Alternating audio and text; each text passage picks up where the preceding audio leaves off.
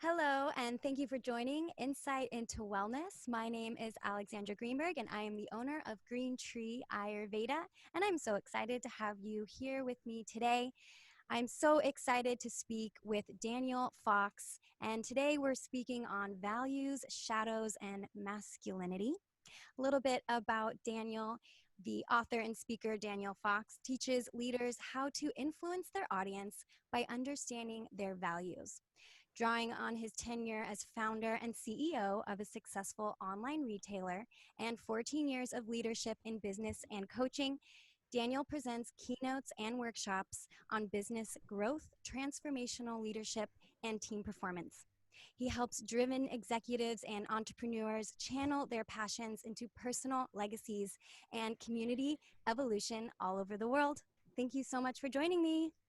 Thank you so much. It's a bit of a mouthful, but I appreciate it. Thanks for the Yeah, introduction. definitely. I love to introduce everyone and I usually start with this question just simply because this is insight into wellness and because I speak to healers. What were, if any, holistic practices in your childhood? I mean, you grew to be someone who speaks on growth and values, and was that in your childhood at all? That's such a great question. So, like the way that I hear that is, was it absent and you brought it into your life later, or is this a continuity that maybe like your parents helped form? And Exactly. there was one time I remember my mom gave me the audio tape of Deepak Chopra reading the Seven Spiritual Laws to Success. Wow. And That's other than that, amazing. I have no idea like what. There really wasn't a whole lot of it. Like I grew up in suburban Columbus, Ohio, and I was in Mhm. band. I played the drums and marching band, and became like converted to Christianity at 16. And so it was really like that was a little bit odd to convert, to like a faith, like a more conservative faith. But pretty much just lived kind of a sometimes fast food, sometimes TV, like That's middle of the good. road kind of life. Yeah. Hmm. And so for you, when did you realize you wanted to become a leader? I wanted to step up and help your community. Yeah. So leadership was not something that it was something that was like this, something I thought I should do, that I should be. And people were never really on board with it. And they were like, you just want to do it because you want the distinction of being a leader. And then I was like, yeah, I kind of do. That's not, and I get it. So I kind of let that go. It was in building a business and when I needed to organize people together and make sure people felt cared for and motivated and we were all working toward the same goal. It was when leadership as a concept was really thrust upon me. And frankly, I don't think I did a very good job with it. Like it was more just like I found myself in this situation and I had to scramble to put some tools together. And those tools came from somatic work with a therapist. They came Mhm. with transformational large group work in the form of the Landmark Forum and a couple of other more emotional large group things like that. And I'm actually excited because I signed up for something called the Hoffman process, which came What's at more? so that is something that came out of Esalen. I don't know much about it, but it does kind of hinge on that idea that who you become is either in rejection to what was missing as a child or um, in line with it in order to kind of get love and get attention. So I signed up for that in a couple of weeks, and I'm excited because I've heard really some. The founder of Tom's is I don't know his name, but he was the one that I heard him talking about it on Tim Ferriss's podcast, and he's like, this is ground level stuff that I get everybody in my life in on. Well, Um, it sounds like from what I'm hearing, and also myself, always continuing to learn, even though we're leaders, even though we're pushing to heal, create safe space, etc. It's always important that we continue to do the same. yeah, big time. Yeah. So when I first met you, is now maybe like 2 years ago. Um, And one of the reasons why I really wanted to talk to you is you were working with men, or you were holding space, creating workshops. And one of the things that I've noticed for the last, since 2017, that I've been working in more of the holistic wellness genre, is that there really is a lack of men, a lack of boys, men, and I wanted to kind of get your pulse on what's happening in that world, and why you think there, or maybe I only see the lack and you actually see this flourishment. But what's the pulse you got? Ooh, that's such a great question because, and I think what I have to say is maybe controversial. It Okay. might be a counter to what most people believe, because in doing work with men, I found myself doing about face. Hmm. So when I started, I think it was more along the lines of, why aren't there more men teaching men to be sensitive, to look inward, to do the inner work, to develop themselves, to learn how to communicate, to learn how to build their spiritual side and build their integrity. So all of these things kind of came in the form of a complaint that I was doing, I was taking action on, Okay. or wanted to take action on. And so I got a lot of praise from women or people who agreed that that complaint was something that they'd also seen. And Hmm. as I started working with it, I got into some of the tantric ideas around the masculine and feminine energies. So these are ideas that have really gotten some traction. But to give a little bit of background, doesn't have anything to do with the sex of the body that you're in, or the gender presentation that you have, or anything like that. It's more of a spiritual concept, that one energy is the one that takes more action and penetrates the world. It is initiative, and the other is more curative and receptive. Hmm. And so either one can be present in either body in any kind of mix in different situations at any point in time. So that's Completely. kind of like the baseline, a little bit of a PC thing to say to make sure that we're all in the, where I'm not getting like misogynist things going on. So once I realized that there were these two types of energies, you realize that the domain of the internal world is really the domain of that feminine energy. And Hmm. though masculine and feminine don't have to correlate to the sex of the body that the person's in, there often is an overlap. There's often a correlation, at least historically, between male-bodied people in that masculine energy and feminine-bodied people, female-bodied people in that feminine energy. Um, and regardless of whether that's still relevant or not, it kind of gets there. It gets the name from that correlation over history. Um, so I looked at it and I was like, what does personal growth look like when it's not internal, when it doesn't look at organizing the internal space of chaos and the internal system that we are? It actually, the masculine development looks like it's organizing the external world.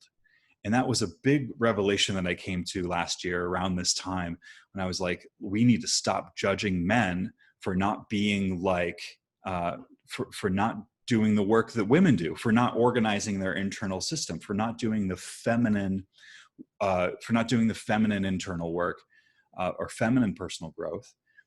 We actually get to realize that the masculine energy is uniquely designed to organize the external world, and that there are some really beautiful gifts that come out of realizing that men are doing their fullness. They're in their full self-expression when they're organizing the external world around them, and the feminine energy is in its full self-expression when it's organizing the internal world. And again, these are big, broad brush generalizations, and everybody has both of these principles working and flowing inside them.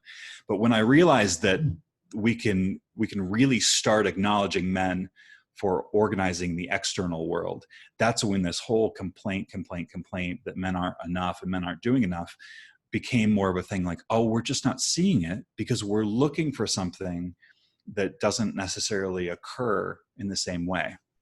Hmm.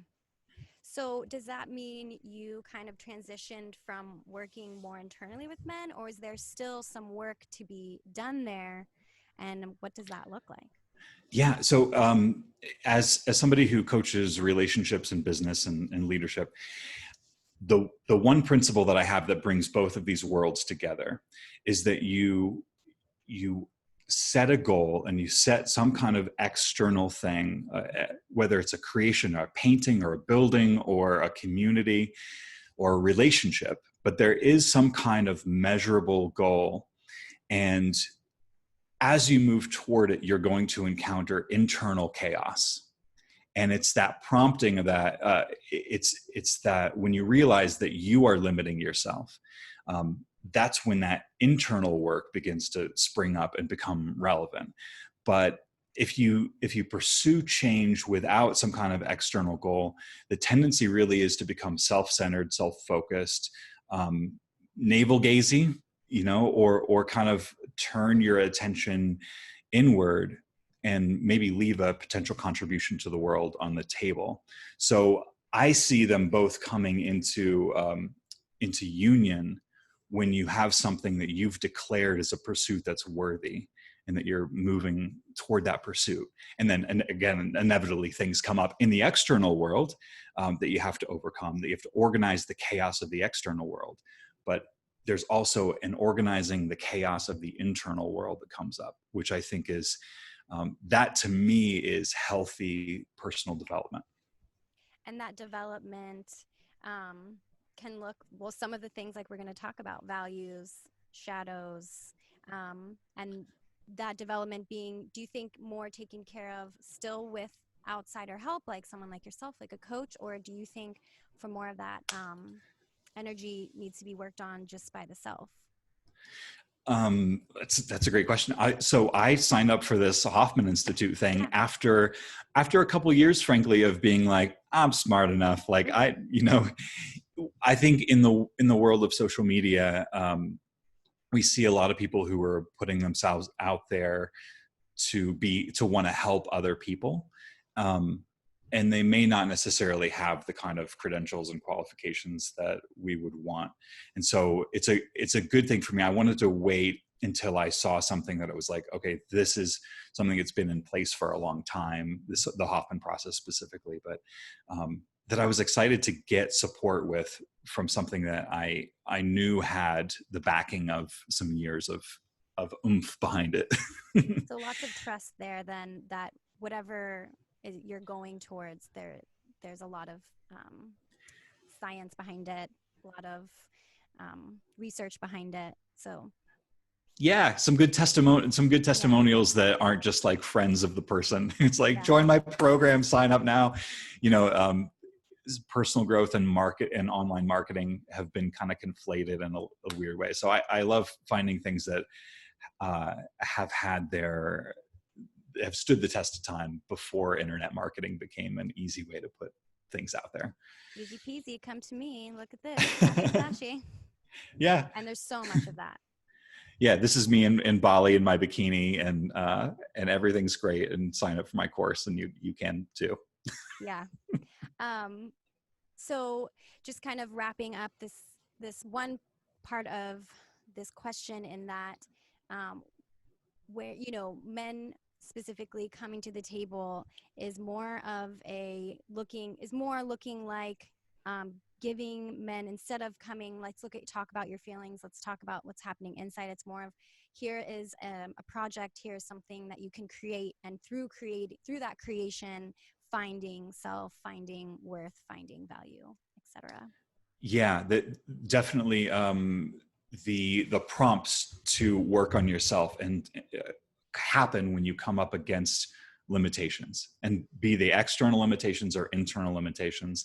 You're either down at the state house filing to get something rezoned because you're building a shed in the back for everybody to use, or you're coming up against the fact that you don't feel qualified to ask for a sale, and you don't feel like your self-worth is in place, or you think that the relationship that you want isn't possible because you've never seen it and you've never been able to imagine it without feeling rejected. So wherever that chaos is, or those limitations are, they arise in pursuit of something that you feel is a worthy pursuit. I love that. Chaos and creation. Well, I would love to just acknowledge something amazing that you did, which is you wrote a book. You recently wrote this. It's called The Altitude Code.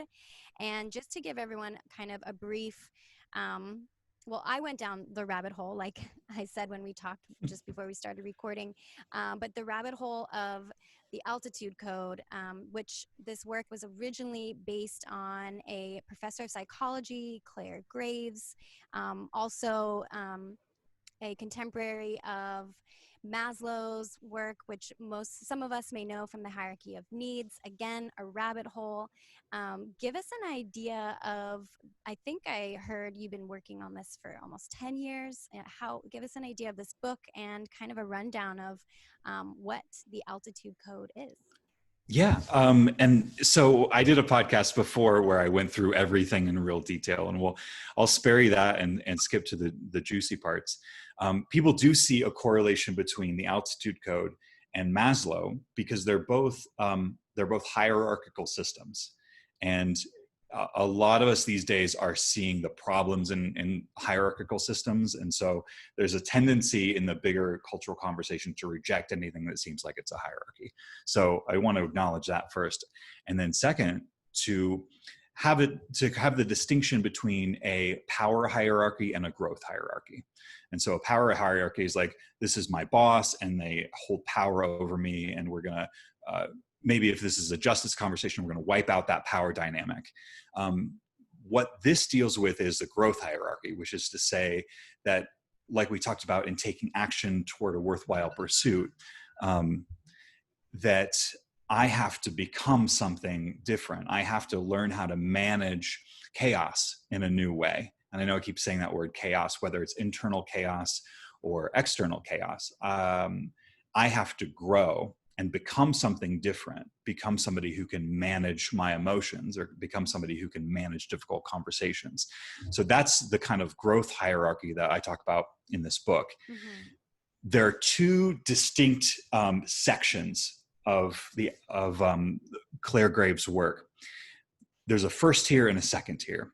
The first tier is characterized by worldviews and values that are win-lose. It's me over you, and different sets of that. And then the second tier is really where we start to emerge into what I feel is the possibility that we have as humanity to create the next world to live in that is not one of struggle and strife and domination. It's actually one where we have the distinctions to create win-win-wins, and to work from a non-zero sum place where there's the more pie I get, the less pie you get. That's not the case anymore. We can actually create something that works for everybody. So the book outlines the levels that we have to transcend, the levels we have to grow through in order to reach that second tier possibility.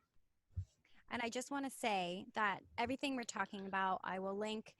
You've got a beautiful image of values from Graves and Maslow. And so just so everyone knows, you can go onto the show notes and make sure that you are having this beautiful visual to look at as we talk about this. So one thing about these growth values that I really want to dig into is that they offer us areas to look inward and kind of see where we might not have brought with us the values from the lower levels. Am I saying that right, by levels? Is that the correct term? Yeah, I call them value stages. But levels is definitely a colloquial way to say it, for sure. Okay. So give us a brief sense of how we use these value levels to kind of grow from. We start at the bottom with survival and tribal and dominator, and these are the lower tiers, traditional and modern. How do we use those to build ourselves as an adult? Yeah. So first of all, you want to recognize where you might have some shadow in different value levels. So the thing that I look for whenever I'm shadow hunting is what irritates me. What am I either pointing a finger at and saying, these guys don't have it together, they're messed up in some way. Every time I'm irritated or provoked or there's some kind of reaction in my nervous system, that's always the key for like, okay, there's something that's unintegrated with me. Otherwise, I would just be like, oh, there's somebody doing something again. It would just be like we treat a child who hasn't fully learned how to eat yet. You know, if you see a kid who's trying to eat spaghetti and they have it all over their face, it's cute. There's no kind of charge to it. But if you see a grown adult who is otherwise in a, you know, position of power, eating and getting spaghetti all over their face, you're like, what is wrong with you? Like, Be more distant. there's there's a judgment, and that may not be actually the best analogy now that I think about it, but just, we don't judge a kid who's going through that thing, because it's just where they are. Mm-hmm. And a good way to see where I have shadows is to look at where I'm judging someone else, and to say, okay, why am I what am I making that mean about them, about the world, about me, that I can't accept something that they're doing. So if I run up against acceptance, that's immediately where I start looking for a shadow. So then this book will lay out kind of several different levels that round up what those shadows look like. So if I'm really judging, let's say, we'll just go for the hot button, like Donald Trump. Okay, so Donald Trump has a lot of red dominator energy. That's a pretty low level value. The guy, you know, this is stuff that like steamrolls and threats and bullies and pushes things through, and is always right. So the strong man. If I have judgment for somebody like that, and I do, and I have, it's a chance for me to look at, okay, where am I uncomfortable dominating? Mm-hmm. Where have I not integrated this terrible twos energy? Mm-hmm. And that, where was I ever shamed as a child for like screaming and pounding my fists and getting my own way? Because it's an important part of individuation for me to want to do that. Now, the fact that we have like a 70-ish year old leader of the US who hasn't grown out of that phase, that's problematic. But I want to use that to reflect on myself, because ultimately, if I can reorganize that chaos within myself and accept that dominator value, or learn to forgive myself and integrate that, then I have more pieces of myself that I can use in a conscientious way. So I kind of just went right into shadows, but can you give us your definition of shadows? What are we talking about here? Yeah. So in terms of the book, every value stage has something that it really shines at. So, for instance, the first stage is survival.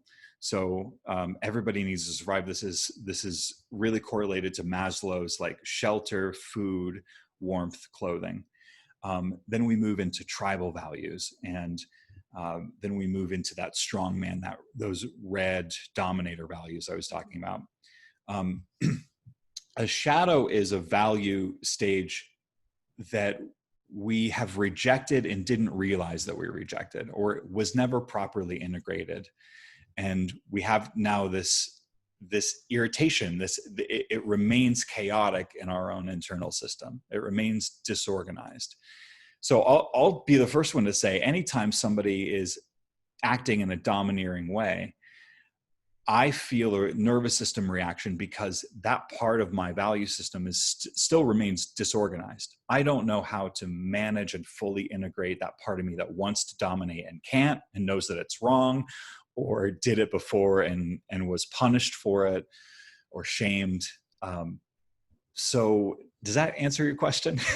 Yeah. Just Okay. kind of give everyone a sense of what we're speaking about when we're talking about shadows and when we're using this value system. Yeah. A lot of people have a shadow around science, you know, Mm-hmm. so science and industry and financial systems were really big. And then we realized that those were, there were some hidden prices in the supply chain that really screwed people over. So whether it was labor or whoever, and so we moved past that and learned to create equity, and to try to create equity and equitability.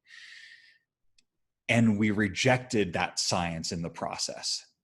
And we rejected financial systems and the scientific method and kind of the progress of that industrial era, instead of being able to integrate it. And so that's an example of sometimes when we move on to solve the next level of problem, which is creating equity, that we reject the level below instead of integrating the best parts of it and improving it.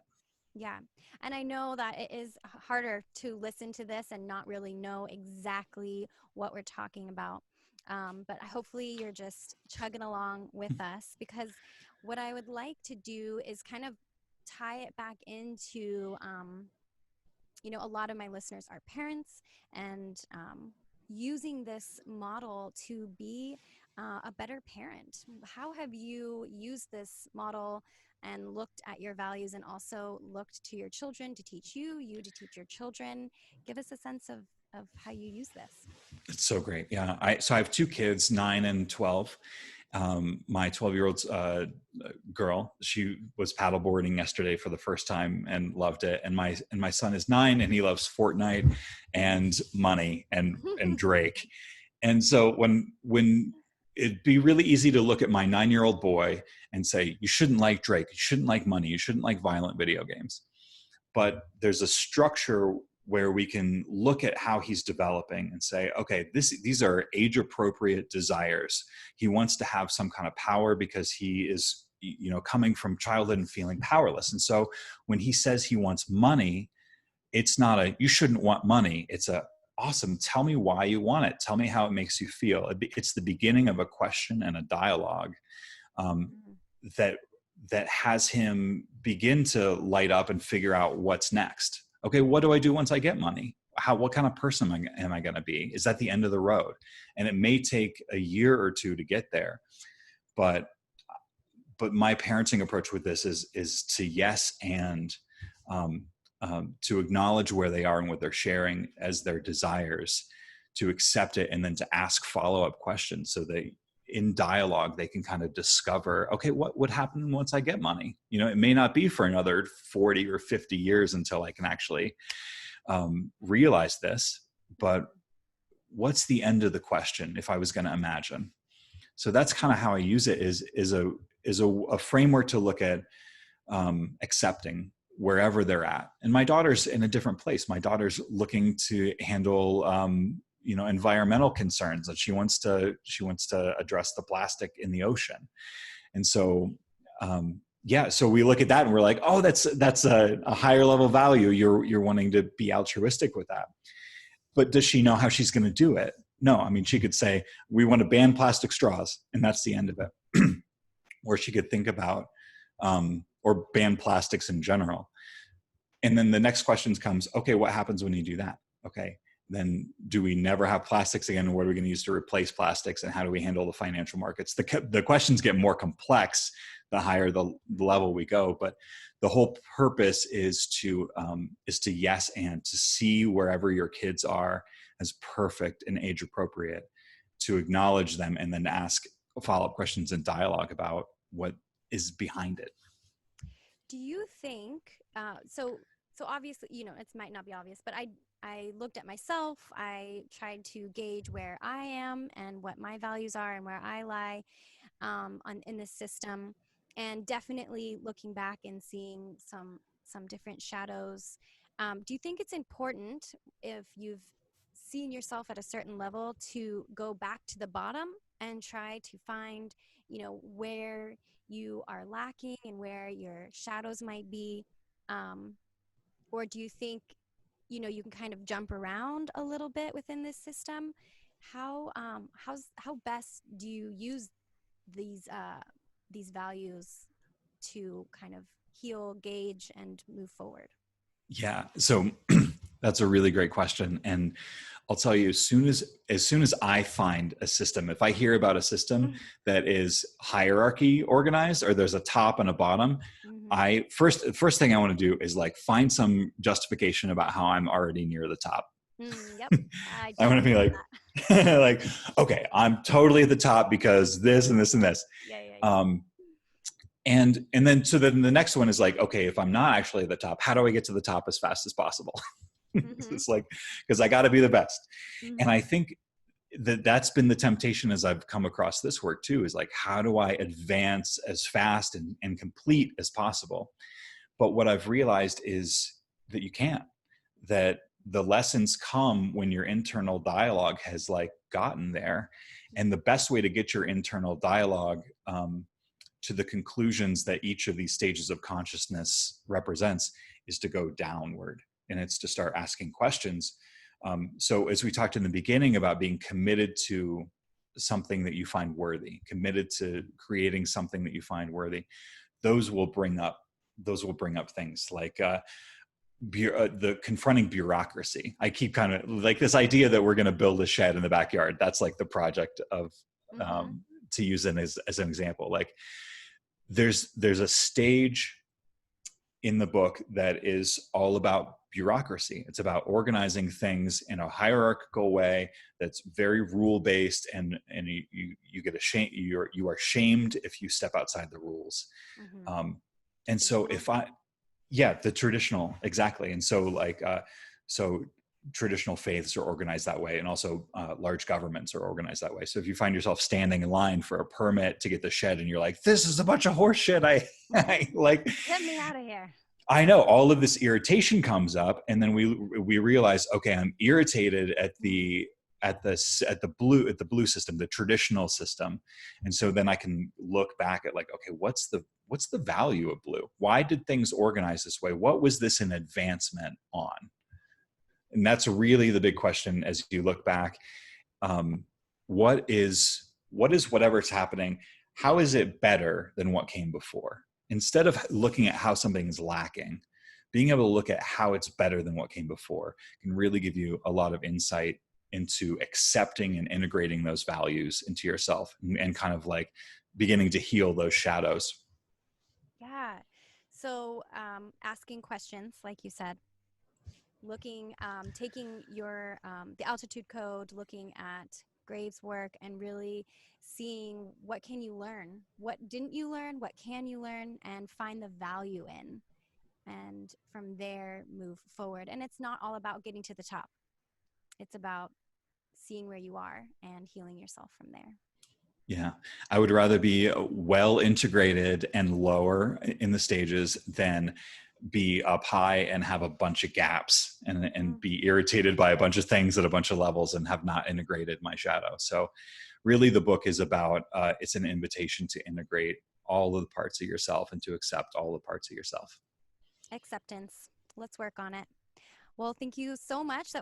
It went by so fast. There's so much information here. I encourage everyone to research themselves, find where their center of gravity is, where they find themselves on the value system, and learn all about you, yourself. And thank you so much, Daniel, for joining me. My pleasure. Thank you. And everyone, you can find this and more at greentreeayurveda.com. And I hope to see you all next time. Bye.